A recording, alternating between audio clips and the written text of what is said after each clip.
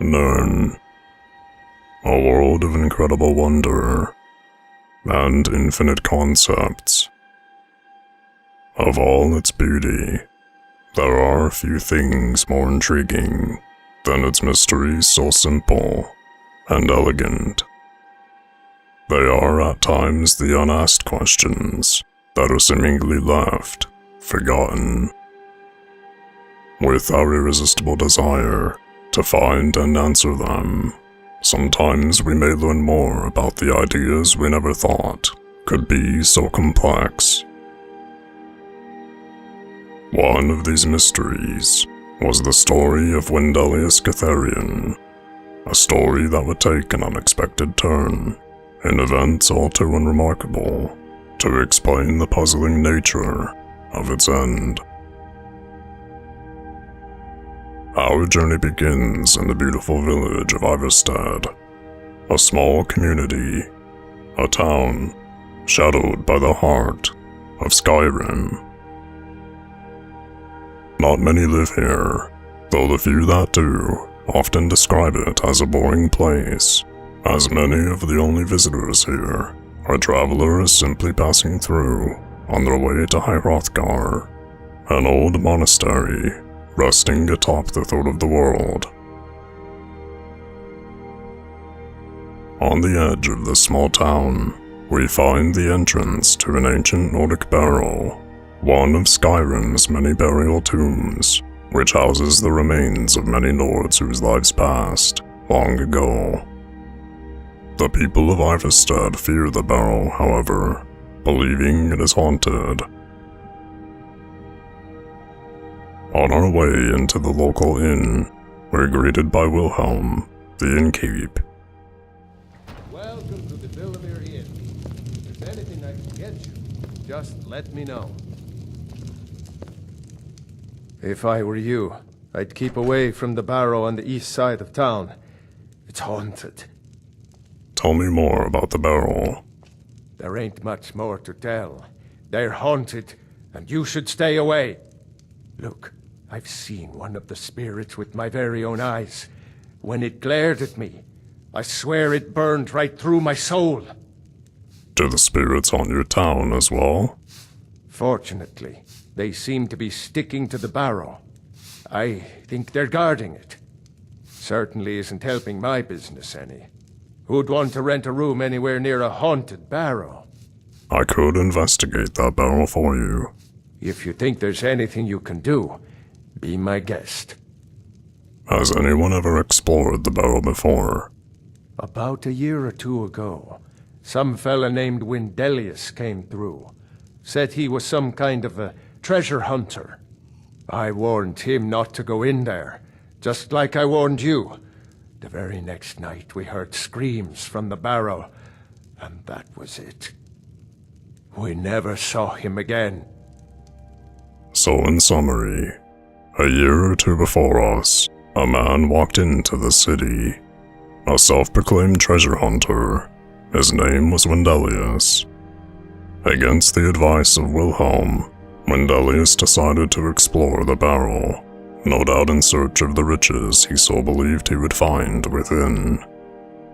The next night, the people of Ivarstead heard screams from the barrow, and Wyndelius was never seen again. An interesting tale, and an intriguing mystery.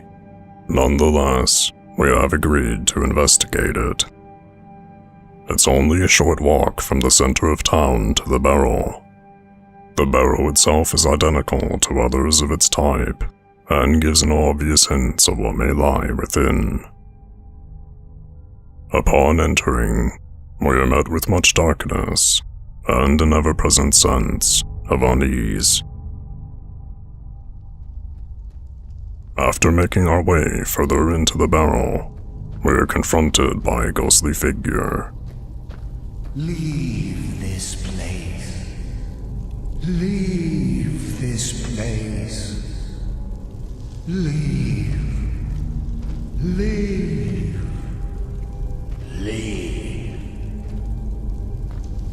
An unsettling encounter. To explore further, We have to find a way to open this gate. Turning around, there are 4 levers. Positioning them in a certain order opens the gates and allows us to continue. After coming around a corner, we discover a room where the ghostly figure resides. I will return! Upon its death, something happens. Its ghostly form fades, revealing it to be just a normal Dunmer male. But that couldn't be. Ghosts are often the souls of those who have already died and left their physical bodies, only to manifest their spirits later on. But this person seemingly defies that. After investigating the room, we find a journal on the table, and a small potion near it. Maybe reading the journal will reveal more. The front page tells us that this is in fact the journal of Wyndelius himself. The journal tells us of his experiences, beginning with his arrival to the barrow over a year ago. In his first entry, we learn that Wyndelius had previously been searching for this barrow, and was confident that he'd finally found it, so he set up camp. This was when he would start searching for the claw that would act as a key to the door, which allowed further access to the barrow, and to the treasure surely hidden deeper within.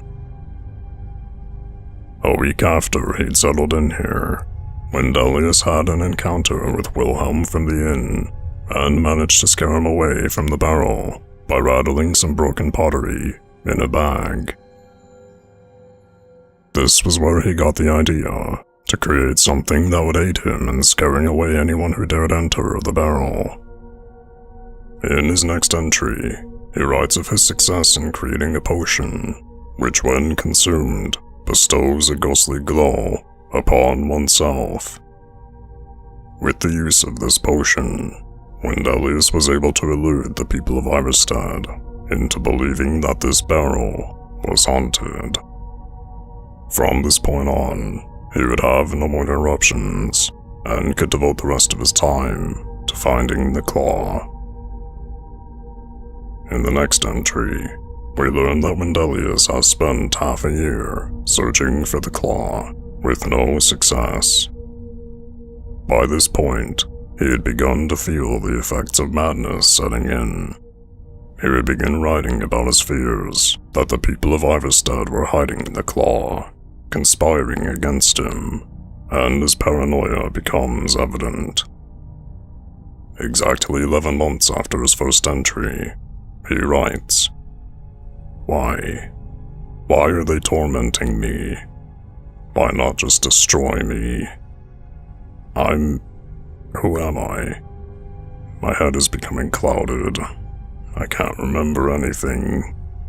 I have to read my journal to remember my purpose. Am I a part of this tomb? Am I meant to guard it? What's becoming of me?"